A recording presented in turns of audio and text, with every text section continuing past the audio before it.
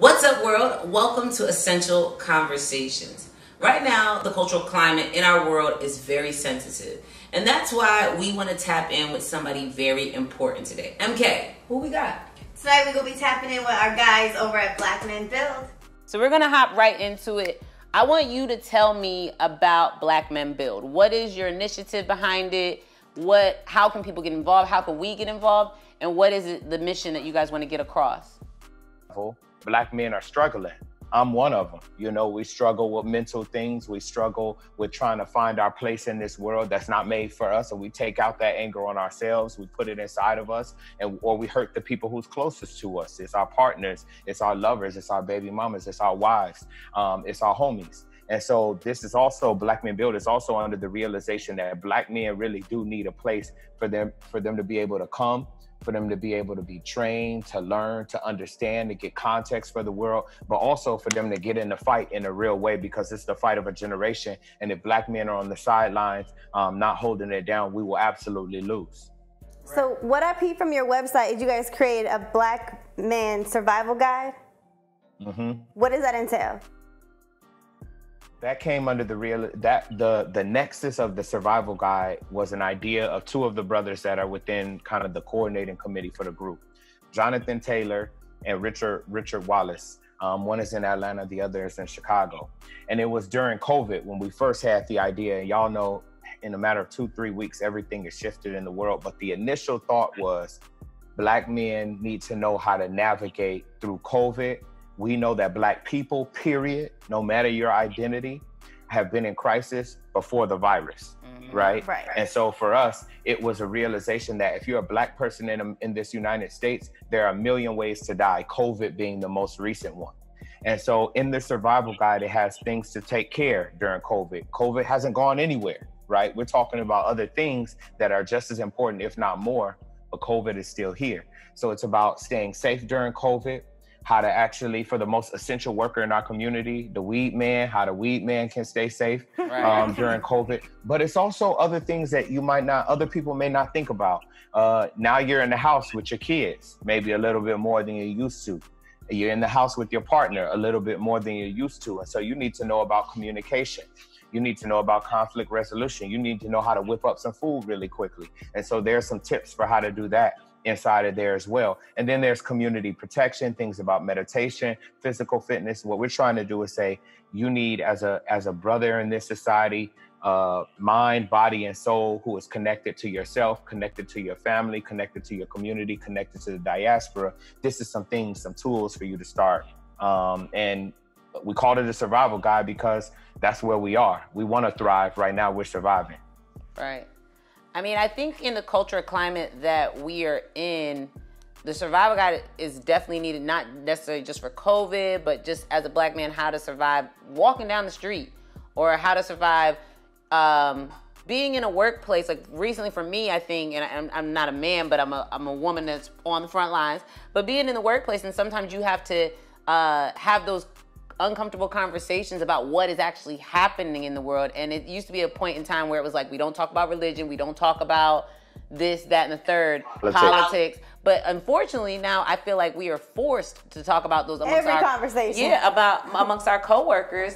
And some of them might be white and not really understand what we're going through as a race. And I think that maybe a step further in that culture guide is how to conversate or converse with somebody of the opposite race that wants to know how to be involved. And it was funny because recently I watched Malcolm X, and there's a part where this young white girl runs up to him and she says, "How can I help? What can I do to be?" And he was like, "You can do nothing."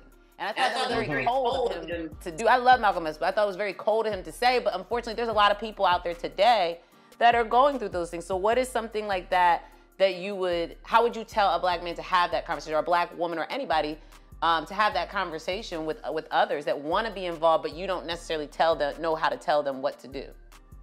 Yeah, that's an amazing question, because that's what we're hearing from other brothers, right? Like, I don't know what y'all talking about. You know what I'm saying? I hear the words, I hear abolish, I hear defund, I hear woo, woo, woo. I don't know about any of that. And so I consider myself an organizer and a teacher and an educator. So the reason I distinguish that from an activist per se is An activist plans, goes to, attends rallies, marches, protests, etc. That is a very important role, but it should be distinguished from the others because whereas some people might say, I don't got time to talk to you about that. As an organizer, my goal is to bring more people into the organization, more people into the movement. So I'm forced to have to explain and do things over and over. So to answer your question directly, one, I think there are many levels to it. So first off, if what we're doing is going out and explaining what we mean when we talk about things. And I think that's one of the things that we all have to do. I know it's laborious and I know it's very taxing, especially as women, actually, to have to go about in the world and have to explain your stuff to white people and your husband or your baby father or your partner or your homie, and right? Your kids. You have to do a whole lot of explaining. And your kid, you know, there's a lot of explaining that has to be done. What I would say is, I consider myself, it's not maybe everyone's role, but I'm a person who doesn't mind having to do that. And it's not a dig on anybody that says I don't have time or that's not my work. But my work is explain this, take the time, break down the words, break down the concepts, because people are seeking to understand right now. And so if I've got a lot of white folks, people hitting me up from previous lives of mine, asking me what's going on. I take the time because we need them to be in the Army. Mm-hmm. And we cannot allow willful ignorance to be the reason that they don't get in the Army, because also the right wing is explaining the world as they see it every single day. Right. They explain it in our music. They explain it in our movies. They explain it in our TV shows, in our books. The way they see the world, they have already explained it over and over until it has become the common sense for the entire country and the world, really.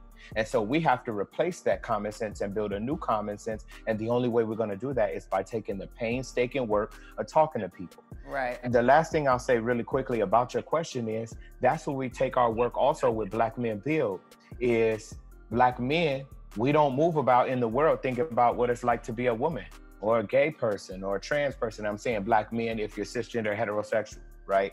Mm-hmm. We don't think about what it's like to move in the world as other people, right? And so I know me, I'm not perfect, right? You know, I've had relationships deteriorate because even as conscious as I am, I don't wake up thinking about, dang, I wonder how the world is moving for my partner and how she's doing, right? And so that's a part of the work of Black Men Build, is actually to bring Black men in and say, yo, you don't got to know all the terms. You don't even got to be comfortable with all the wap-de-band. But let me break some of this down for you. And at the end of this, I want you to understand that no matter where you are, you should be protecting and defending them. If they Black, if they white, no matter what, that's our job. Right.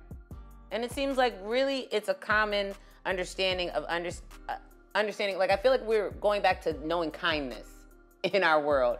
And I feel like people don't understand what kindness and empathy are. And those are things that we're taught at such a young age, but it's almost as if everybody has forgotten that in today's world. It's like, what is kindness? Anything goes. Right, anything goes. If I don't like you, I don't like you, and I'm gonna tell you why, and I'm gonna preach hate, and I'm gonna preach those things. And I'm so happy to have groups and organizations like yours to be able to help others understand how to facilitate for it and understand we don't gotta like the same things, but we all are human, and we all need to understand when something is wrong, we have a voice to use. And I commend you and everybody else that is working with you, because it's definitely something needed, important. Can you tell people how to follow you and also how they can get involved? Yes. So on all the social media platforms, at Black Men, MEN Build, at Black Men Build on all of the platforms. So you can find us on Instagram, on Twitter, and then our website is www.blackmen.build, not .com, .build. .build. Yeah. And so if you go to the website, so this is our request. We're trying to get 10,000 Black men to sign on to our values. Real quick, the values are, I am a critical thinker and I'm curious about how this moment is affecting myself, my family, and my community. I am bonded with Black women and all Black people who are fighting for the liberation of all people. We must heal the hurt that we have committed to Black women and be a leader in healing and transforming our communities. And we are coming together to transform, to meet this moment. We are evolving right? We are not the images of manhood given to us by the European. We're transformed to meet this moment. So that's the values. And we believe if we can get 10,000 brothers to sign that value statement, that we will have done a good thing for the year 2020. And so what I would ask is, if you're listening to this, go to the website, sign on to the values. You'll then start getting emails and texts about other ways to do other things. And if you're of any other identity, meaning you do not identify as a Black male, we want you to pass it on to other people who identify as Black men and get them to sign on to the pledge. And we need your trust, because frankly, men do things that sisters tell them to do. So if, if you get a text from the sis or from any woman, right, you're more inclined to do it than from me. So absolutely. Well, I just want to say thank you so much for tapping in with us, sharing the information. We definitely want to stay connected with you and share it on our platform. However we can spread the word, and keep going, bro. I appreciate it. Thank you so much. Thank you. Thank you. We'll link. Thank you for watching. Now make sure that you watch all our videos on our YouTube page. Subscribe right now. Word Crush with a K.